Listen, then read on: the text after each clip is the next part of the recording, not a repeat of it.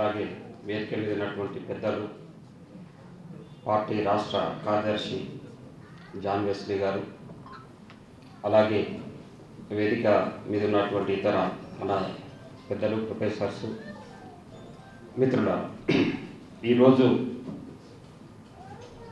తెలంగాణ రాష్ట్రంలో ఒక ప్రత్యామ్నాయ రాజకీయాలు కావాలని, ఆ ప్రత్యామ్నాయ రాజకీయాలను ఏ పద్ధతిలో మనం నిర్మించుకుంటే బాగుంటుంది అనే ఒక చర్చ చేయడం కోసం అనేక విద్యార్థి సంఘాలు, అలాగే యూనివర్సిటీ ప్రొఫెసర్స్,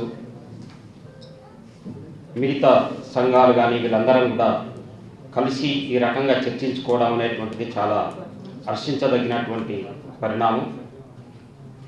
ఈ రకమైనటువంటి చర్చ, ఆల్టర్నేటివ్ సంబంధించినటువంటి చర్చ, ముఖ్యంగా భారతదేశ చరిత్రలో తెలంగాణ అనేది ఒక ఆల్టర్నేటివ్ రాజకీయాలకి దిక్సూచిగా ఉంటూ వస్తుంది.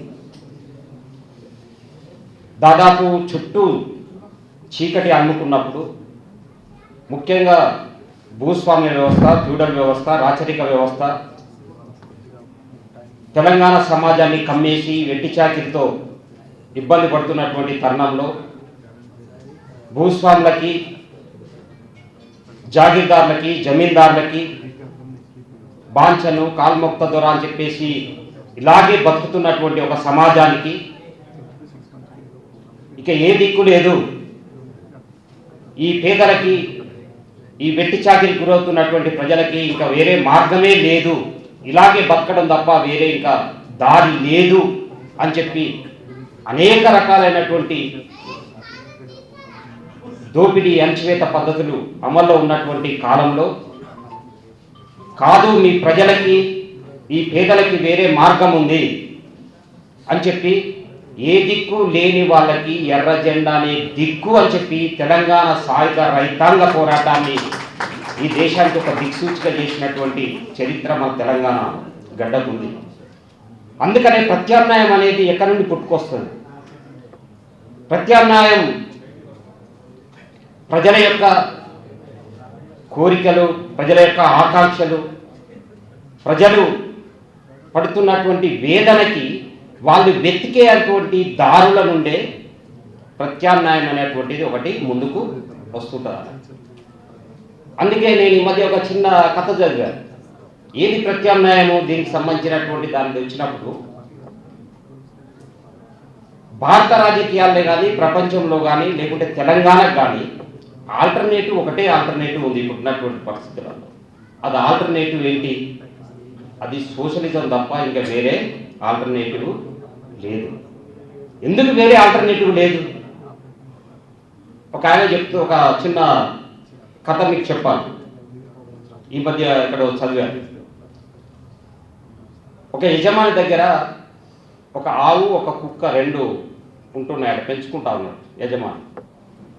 ఈ ఆవు, కుక్క రోజు మాట్లాడుకుంటాయట, వీని బాధ భరించలేము, రోజంతా బాగా పని చేయిస్తూ ఉన్నాడు, తిండి పెట్టట్లేదు, ఏదో రకంగా వీని నుండి మనం విముక్తి కావాలి యజమాని నుండి అని రోజు సాయంత్రం ఈ రెండు రోజు ఒక దగ్గరికి వచ్చి కూర్చొని మాట్లాడుకుంటాయట. మళ్ళీ తెల్లారి వెళ్ళిపోతుండే. అట్లా కొన్ని రోజుల తర్వాత ఒకరోజు ప్లాన్ చేసినాయట. ఏమని? నేను ఎట్టి పరిస్థితులలో ఈ రాత్రి మాత్రం పారిపోదాం, ఇద్దరం విముక్తి పొందాలి ఎట్టి పరిస్థితిలో అని చెప్పేసి అంటే, సరే మరి ఎట్లా, ఏం ప్లాన్ చేస్తామంటే, మనం యజమాని పడుకొని ఉన్నప్పుడు నేను వచ్చి నీ మెడ కట్టినటువంటి తాడు ఇప్పేస్తా, ఇద్దరం కలిసి ఎక్కడైనా పారిపోదామని అనుకున్నాడు. రెండు ప్లాన్ చేస్తే ఈ వెళ్ళింది, యజమాని పడుకున్నాడు, ఈ కుక్క వెళ్ళింది, నోరుతోటి ఆ పశువుకు, ఆవుకు కట్టినటువంటి తాడు ఇప్పుతా ఉందట, మెడకు కట్టిందని. ఓ వద్దు వద్దు, నువ్వు నా మెడకు కట్టిన తాడిప్పకు, గుంజ కట్టేసిన దగ్గర ఇప్పు, ఎందుకంటే నాకు ఈ జీవితకాలంలో నేను కష్టపడి దానికి యజమాని ఇచ్చింది ఏమని ఉంటే ఈ తాడు మాత్రమే, కాబట్టి ఈ తాడు నాతో ఉంచాలి అని అన్నారు. మంచిది అయితే, కష్టపడి సంపాదించుకున్నావు కదా, తాడు ఉంచుకోమని చెప్పి ఆ తాడు అక్కడ ఇప్పేసింది. ఇప్పగానే మెడకు తాడు ఉంటుంది కదా, ఇక ఈ తాడు మెడకుంది ఆవుకు, కుక్క, ఈ రెండు కలిసి పరిగెడతా ఉన్నాయి రాత్రి ఎక్కడో కొత్త దూరంగా యజమాని నుండి పోవాలి. పోగ ఏమైందంటే, ఆ మెడకున్న తాడు ఉంది కదా, ఆ తాడేమైందంటే ఒక చెట్టుకు మళ్ళీ తట్టుకున్నాడు, ఆగిపోయింది. ఇక ఉరకడానికి లేదు. ఇక ఆ ఉరకట్లేదు కాబట్టి కుక్క కూడా ఉరకట్లేదు, అంటే మళ్ళీ బంధించబడ్డది.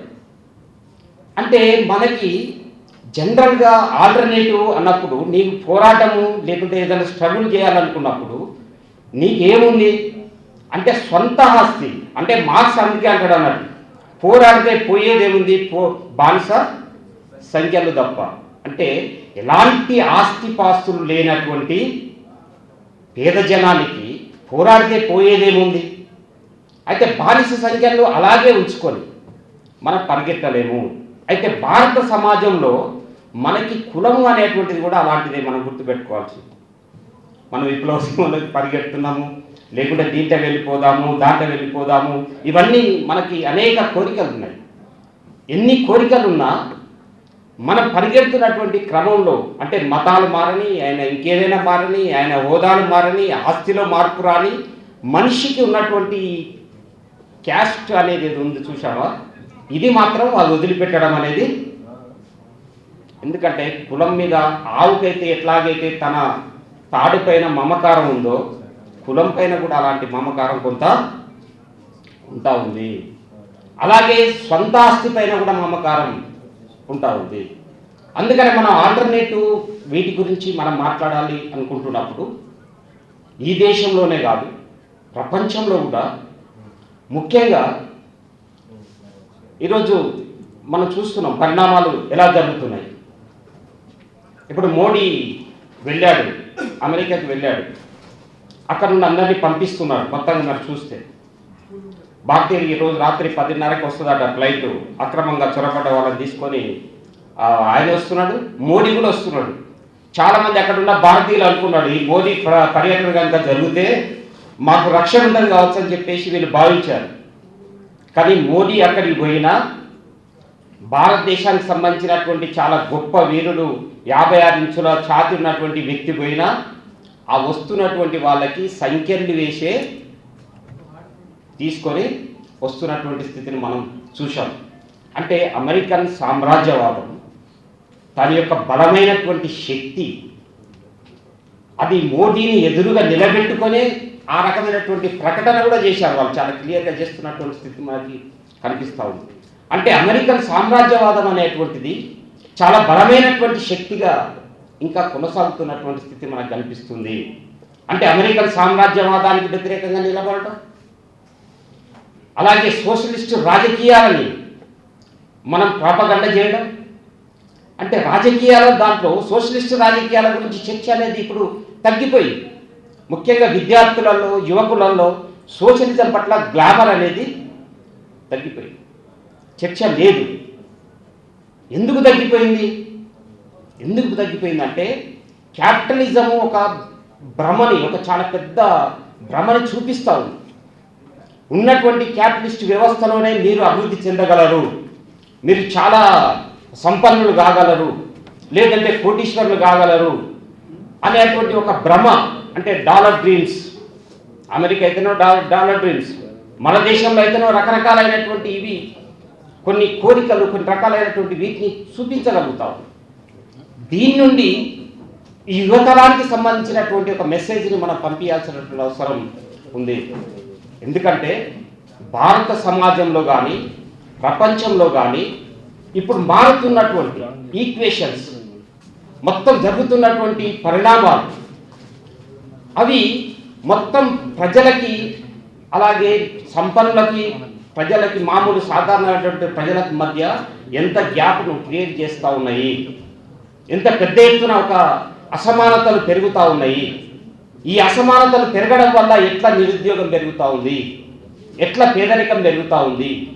ఇప్పుడు ఎలాన్ మస్క్ అదేంటి మన స్పేస్ టూరిజం కనుగొన్నాడు. 110 కోట్ల రూపాయలు కడితే ఒక మనిషి స్పేస్లోకి పోయేసి వస్తాడు. 110 కోట్లు కట్టాలి అంటే 110 కోట్లు కడితే 11 నిమిషాలలో పైకి వెళ్ళేసి వస్తాడు ఒక మనిషి. 11 మినిట్స్ బైక్ పోరాటానికి ఒకటి చేశాడు. కానీ అదే 11 మినిట్స్ అంటే 1 నిమిషంకి తిండి లేక చనిపోతున్న వాళ్ళు ఎంతమంది ఉన్నారు అంటే 11 మంది చనిపోతూ ఉన్నారు. అక్కడ నిమిషానికి 11 మంది తిండి లేక చనిపోతున్నారు. అదే 11 నిమిషాల కోసం ఒక ఆయన 110 కోట్లు పెట్టి స్పేస్లోకి పోయి టూరిజానికి పోయేసి వస్తున్నటువంటి పరిస్థితి మనకు కనిపిస్తుంది. అందుకనే ఈ ఆర్థిక అసమానతలు అనేది చాలా తీవ్రంగా పెరుగుతూ ఉన్నాయి. పేదరికం అనేది చాలా తీవ్రంగా పెరుగుతూ ఉంది. ఇది ప్రపంచంలో జరుగుతుంది, మన దేశంలో కూడా జరుగుతూ ఉంది. మన దేశంలో దాదాపుగా ఇప్పటిదాకా మన వెస్లీ గారు మాట్లాడుతున్నప్పుడు చెప్పారు మీరు, దాదాపు ఒక 5 కంపెనీల దగ్గర అదానీ, అంబానీ, గోయంకా, టాటా, బిర్లా, మొత్తం ఈ 5 కంపెనీల దగ్గర ఈ దేశ రిసోర్సెస్ మొత్తం వనరులలో 20% నిధులు, మొత్తం వనరులు ఇప్పుడు ఈ 5 కంపెనీల దగ్గరికే పోతా ఉన్నాయి. అంటే ఇది ఇలాగే కొనసాగితే ఇంకో 10-15 సంవత్సరాలలో ఇంకా ఎక్కువ ఇదేటువంటి అవకాశం ఉంది. అందుకనే అసమానతలు అనేటివి మన దేశంలో కూడా చాలా తీవ్రంగా పెరుగుతూ ఉన్నాయి. ఈ ఆర్థిక అసమానతలను దృష్టిలో పెట్టుకున్నప్పుడు మనం ఈ దేశంలో ఆల్టర్నేటివ్ అంటే ఒక ప్రత్యామ్నాయము, ఈ రాష్ట్రంలో ఆల్టర్నేటివ్ ఒక ప్రత్యామ్నాయం అని అంటే అది మనం సోషలిస్టు విధానాన్ని, సోషలిస్టు భావజాలాన్ని ప్రజల్లోకి తీసుకుపోవడం తప్ప ఇంకా వేరే మార్గము లేదు. అది మనం ప్రజలకు చెప్పాల్సినటువంటి అవసరం ఉంది. నిరుద్యోగ సమస్యకు పరిష్కారమైనా, లేదంటే సామాజిక అసమానతలకు పరిష్కారమైనా, లేదు ఆర్థిక అసమానతలకు పరిష్కారమైనా, పేదరికానికి పరిష్కారమైనా, అది ఈ సోషలిస్ట్ ఆల్టర్నేటివ్ అనేటువంటి దాన్ని ప్రజలలో ఒక చర్చనీయాంశం చేయాల్సినటువంటి అవసరం ఉంది. అది ఏ స్థాయిలో వీలైతే ఆ స్థాయిలో, ఎక్కడ వీలైతే అక్కడ దీనికి సంబంధించినటువంటి చర్చను మనం జరపాల్సినటువంటి అవసరం ఉంది. అది జరగడం లేదు అనేటువంటి దాన్ని మనం అర్థం చేసుకోవాలి. అలాగే గ్రామీణ ప్రాంతాల్లో ఒక మార్పు వచ్చిందిగా ఈ మధ్య మనం గుర్తించాం. ఈ గ్రామీణ ప్రాంతాల్లో వచ్చినటువంటి మార్పులను కూడా మనం ప్రత్యేకంగా అధ్యయనం చేయాలి. అక్కడ వచ్చినటువంటి ఎందుకు గ్రామీణ ప్రాంతాల్లో ఉద్యమాలు సరిగా రావడం లేదు అనేటువంటి దాన్ని కూడా మనం ఆలోచన చేయాల్సినటువంటి అవసరం ఉంది. వీటన్నిటిపైన కూడా ఒక సమగ్రమైనటువంటి ఒక కొంత డిస్కోర్స్ జరగాల్సినటువంటి అవసరం ఉంది. అప్పుడే మనం తెలంగాణలో ఒక ప్రత్యామ్నాయాన్ని నిర్మించడానికి కావాల్సినటువంటి ఒక భూమికని మనం ఏర్పాటు చేసుకోగలుగుతామని చెప్పేసి తెలియజేస్తూ ఈ అవకాశం ఇచ్చినందుకు ధన్యవాదాలు తెలుపుతూ సెలవు తీసుకున్నాం. Thank you.